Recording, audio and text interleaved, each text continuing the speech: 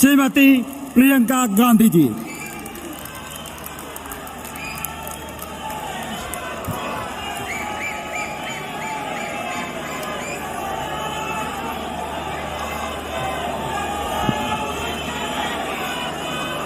मंच पर उपस्थित सभी नेतागण, कांग्रेस अध्यक्ष श्री मल्लिकार्जुन खड़गे जी, पूर्व अध्यक्ष सोनिया जी, राहुल जी और तमाम एआईसीसी के डेलीगेट्स, आज हम सब यहाँ उपस्थित हैं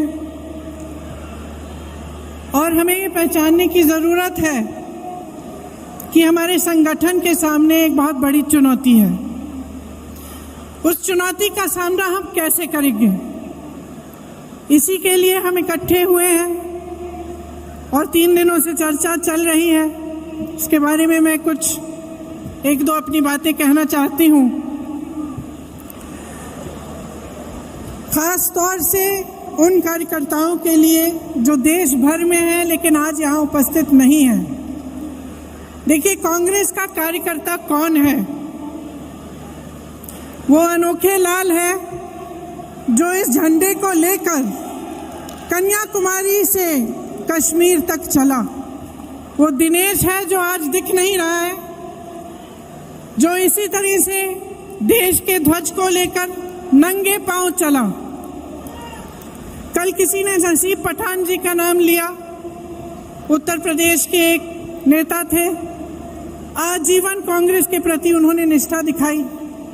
उसी तरह से मैं कई नाम ले सकती हूँ। कल जब शोक प्रस्ताव हुआ, ईश्वर चंद शुक्ला जी का नाम नहीं लिया, लेकिन ईश्वर चंद शुक्ला जी, उनको टिकट नहीं मिला चुनाव में, फिर भी वे प्रचार किए और प्रचार करते करते उनका देहांत हुआ।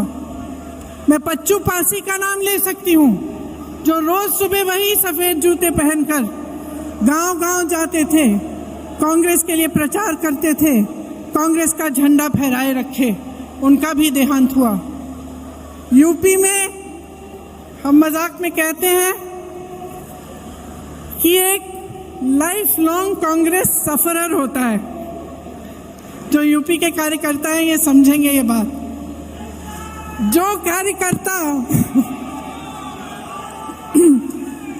कार्यकर्ता आजीवन अपने वजूद के लिए संघर्ष करता है, वो मैं आज थोड़ा उसके पक्ष में बोलना चाहती हूँ। और मैं कहना चाहती हूँ कि जब भी हम ऐसे इकट्ठे होते हैं तो हम नए नए प्रस्ताव लाते हैं और ये सही है। हमने कहा है कि मंडल तक हमें अपना संगठन बनाना है, ब्लॉक तक बनाना है, नए लोगों को जोड़ना है, लेकिन ये कर्मकांड नहीं होना चाहिए। ये प्रस्ताव कागज पे नहीं रहना चाहिए। इसको करने के लिए हम सबकी जिम्मेदारी बनती है कि हम गांव-गांव जाएं, ब्लॉक जाएं और अपने संगठन को मजबूती से बनाएं।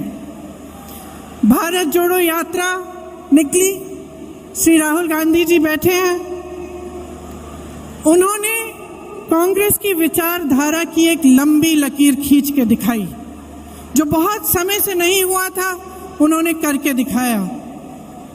पूरे देश ने देखा कि कांग्रेस का कार्यकर्ता, कांग्रेस का नेता किस लिए खड़ा है, किस विचारधारा के लिए लड़ रहा है, उस विचारधारा का मतलब क्या है।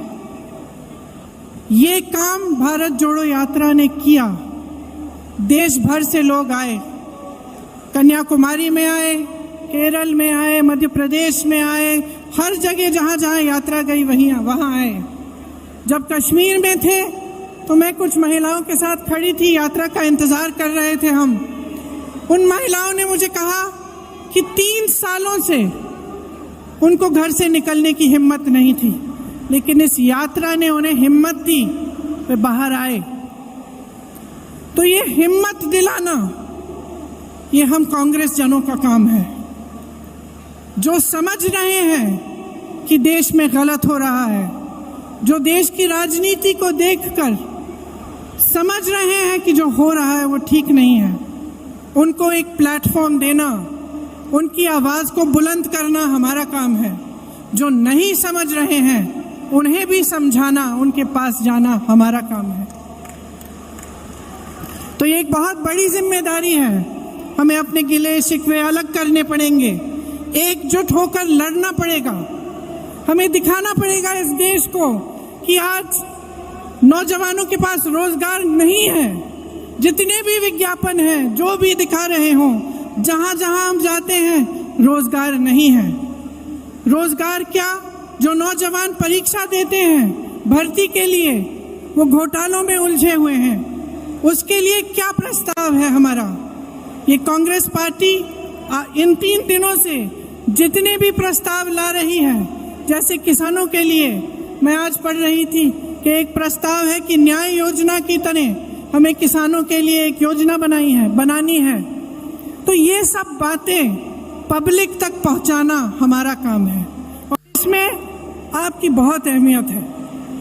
तो एक साथ हमें काम करना पड़ेगा, चाहे महिलाओं के लिए, उनके विकास के लिए, चाहे ये समझाना कि जबकि देश का किसान आज कर्ज में डूब रहा है, मुश्किलों से घिरा हुआ है, लेकिन जमीन प्रधानमंत्री जी अपने दोस्तों को मुफ्त में दिलवा रहे हैं।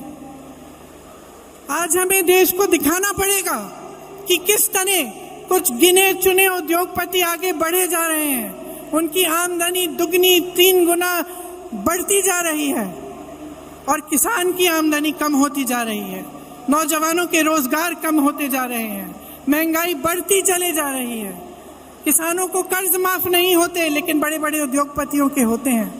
ये सब बातें हमें पब्लिक में ले जानी है। अब हमारे पास सिर्फ 1 साल बचता है। हमसे उम्मीदें हैं, ये उम्मीद है कि हम एकजुट हों, कि जितनी भी पार्टियां हैं, जितने भी दल हैं, जितने भी लोग हैं जिनकी विचारधारा इनसे विपरीत है, वो आगे आए, एकजुट होकर लड़ें। सबसे उम्मीद है, लेकिन सबसे ज्यादा उम्मीद कांग्रेस पार्टी से है आज। और मैं जानती हूं कि हम इस उम्मीद पर खरे उतर सकते हैं कि आपकी मेहनत से, हमारी मेहनत से, हमारी एकजुटता से, हमारे समर्पण से और अपने संविधान के प्रति हमारी निष्ठा से हम सब इस काम को करके दिखा सकते हैं। तो आज जब आप यहाँ से जाएंगे, घर घर जाएंगे, अपने अपने क्षेत्र में जाएंगे, तो आप नए लोगों को जोड़िए। नए लोग जुड़ते कैसे हैं?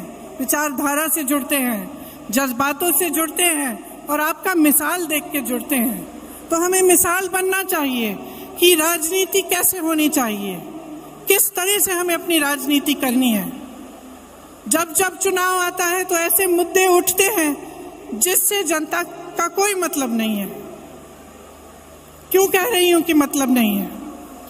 क्योंकि जब रोजगार की बात होती है, युवाओं की बात होती है, महंगाई की बात होती है, तो इन मुद्दों पर चुनाव लड़े जाने चाहिए कि किस तरह से विकास होगा, भविष्य में हम क्या प्रस्ताव रख रहे हैं, कौन सा सकारात्मक कदम हम उठाने जा रहे हैं।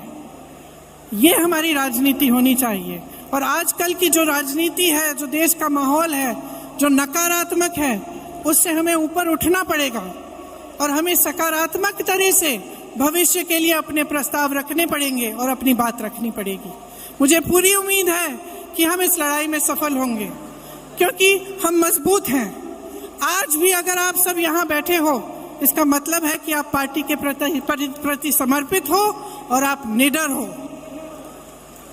हमारे तमाम नेताओं पर, कार्यकर्ताओं पर इस सरकार ने दमन किया है।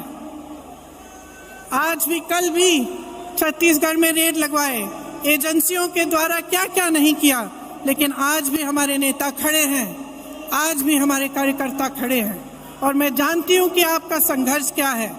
अगर हमें पूछताछ के लिए 2 दिन के लिए बुलाया जाता है तो आपको जेल में महीनों के लिए रखा जाता है। अगर हमें पुलिस घसीट के ले जाती है तो आप लाठियां खाते हैं। तो हम जानते हैं कि आप में कितनी हिम्मत है।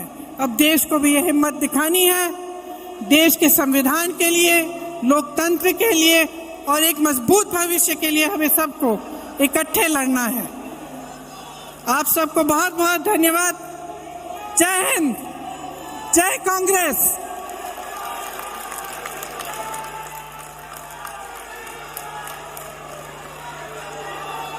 मैं